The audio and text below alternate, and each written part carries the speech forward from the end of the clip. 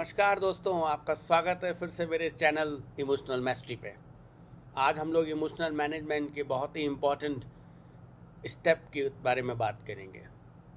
आप ज़रा एक बात सोचिए कि आप जिस घर में रहते हैं उसमें एक मित्र आपके एक दिन आपके घर आते हैं और वो कहते हैं कि जितना भी कूड़ा आपके घर में इकट्ठा होता है उसको रोज़ सुबह 6 बजे लिविंग एरिया में फैला दिया करिए, सोफे के ऊपर, सेंटर टेबल के ऊपर।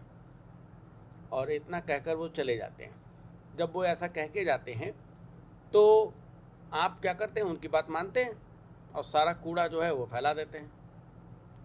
उससे क्या होता है, वहाँ पे बदबू आती है, कीड़े पैदा होते हैं, वहाँ पे बैठना मुश्किल हो जाता है। घर वाले आके आपको सवाल करते हैं, ये क्या कर दिया तुमने? तो आप बड़ा मासूम से जवाब देते हैं, मैं क्या करूँ, शर्मा जी आए थे, उन्होंने कहा जितना कूड़ा इकट्ठा होता है उसको आप लिविंग एरिया में रोज़ फैला दिया करिए। मैंने उनकी बात मानी, मैं जिम्मेवार नहीं हूँ, उन्होंने ऐसा कहा तो मैंने ऐसा कर दिया। और बड़ी आसानी से आप उनको ब्लेम कर देते हैं इस गतिविधि के लिए। दूसरा ऑप्शन ये भी हो सकता था कि उस व्यक्ति ने आपसे कहा कि आप अपने सारा घर का कूड़ा जो है वो लिविंग एरिया में फैला दिया करिए। आप कह सकते, आप अपने दिमाग का प्रयोग करते और आप ये सोचते कि मैं अगर फैलाऊंगा तो इससे कूड़ा होगा, बीमारी होगी, और आप उनकी बात नहीं मान सकते थे। ये पूरी तरह आपकी चॉइस थी। तो ये शर्मा जी ने आपको क्या राय दी, ये उनका पर्सपेक्टिव था, लेकिन आप उसकी राय के रिस्पॉन्स में क्या निर्णय लेंगे ये आपको निर्णय लेना है। या तो आप ब्लेम करें और अपने घर को बर्बाद कर लें, या फिर आप निर्णय लें कि मैं कूड़ा नहीं फैलाऊंगा भले ही शर्मा जी ने कहा है। और सच्चाई बताएं क्या है, 100% लोग शर्मा जी की बात नहीं मानेंगे।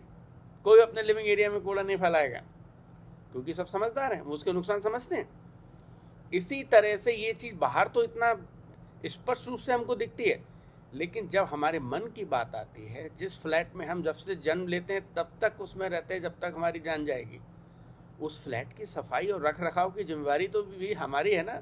उसकी जिम्मेवारी भी तो हमको लेनी पड़ेगी उस फ्लैट को साफ सुथरा रखने के लिए। उसमें हम क्या करते हैं, जब उसमें कूड़ा फैलता है, जैसे मुझे गुस्सा आ रही है, मुझे नफ़रत हो रही है, मुझे डर लग रहा है, तो हम कहते हैं मुझे गुस्सा आ रही है मिस्टर एक्स की वजह से, मुझे गुस्सा आ रही है उस परिस्थिति की वजह से, मुझे गुस्सा आ रही है सिचुएशन की वजह से। याद करिए उस घटना को, जब आपको किसी ने कूड़ा फैलाने के लिए कहा था तो आपने तुरंत निर्णय लिया था कि मैं नहीं फैलाऊंगा। रिस्पॉन्सिबिलिटी लिया आपने अपने घर को साफ रखने की, और आपने कूड़ा नहीं फैलाया। इसी तरह क्यों आप अपने इमोशंस की रिस्पॉन्सिबिलिटी नहीं लेना चाहते? क्यों आप अपने मन को स्वस्थ रखने की रिस्पॉन्सिबिलिटी नहीं लेना चाहते? ये केवल रिस्पॉन्सिबिलिटी लेने की बात है, और इसकी शुरुआत होती एक लाइन से, I am responsible for my emotions. जो भी इमोशंस मैं पूरे दिन में क्रिएट करता हूँ, anger, fear, doubts, regret, hatred, repent, these all are my creations. कोई दूसरा उसके लिए जिम्मेवार नहीं है। आप समझ रहे हैं? और जैसे ही आप ये बात समझ जाएंगे कि कोई दूसरा इसके लिए जिम्मेवार नहीं है, बस इमोशनल मास्टरी के सबसे इंपॉर्टेंट कदम आपने क्रॉस कर लिया है। जीवन में जिन चीज़ों की रिस्पॉन्सिबिलिटी हमने ली उसको हम पूरी तरह से करते हैं और उसके लिए कोई ब्लेम नहीं करते हैं। हम अपना करियर बनाते हैं, परिवार बनाते हैं, चीज़ें खरीदते हैं, घर को व्यवस्थित करते हैं, क्योंकि हम उसकी रिस्पॉन्सिबिलिटी लेते हैं। हम अपने फाइनेंस मैनेज करते हैं। जब हम सब कुछ मैनेज करने को तैयार हैं तो एक सवाल का जवाब दीजिए कि हम अपने इमोशंस क्यों नहीं मैनेज करना चाहते हैं? क्योंकि इमोशंस आर क्रिएशन। हम अपने इमोशंस को जन्म देते हैं, कोई और उसके लिए जिम्मेवार नहीं है। इस बात को जितनी जल्दी मित्रों आप स्वीकार कर लेंगे उतनी जल्दी आप इमोशनल मास्टरी को पा पाएंगे, और एक इमोशनल रूप से स्ट्रॉन्ग इंसान के रूप में आप शेप लेंगे और अपने जीवन को सुखद और आनंदमय बना पाएंगे।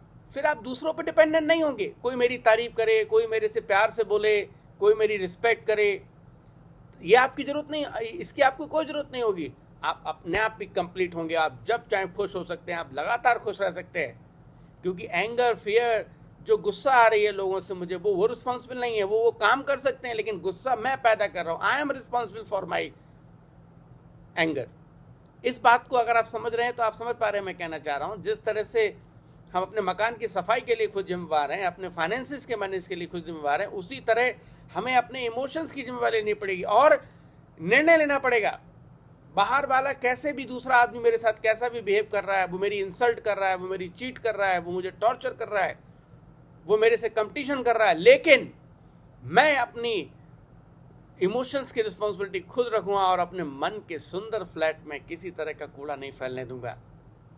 ये आज आप मुझे वचन दीजिए कि बाहर की परिस्थितियां, बाहर के लोग आपके इमोशंस को डिस्टर्ब नहीं कर सकते, क्योंकि इमोशंस हम क्रिएट करते हैं, वो नहीं। मुझे लगता है मित्रों, आपको इस वीडियो से एक अच्छी जानकारी मिली होगी, जिससे कि आप इमोशनल मैस्टरी में एक कदम और आगे बढ़ेंगे। आप इसी तरह मेरे साथ जुड़े रहिए। समय समय पर मैं नए टॉपिक पर बात करके आपको इमोशनल मैस्टरी की तरफ ले जाऊंगा। थैंक यू, नमस्कार, बाय।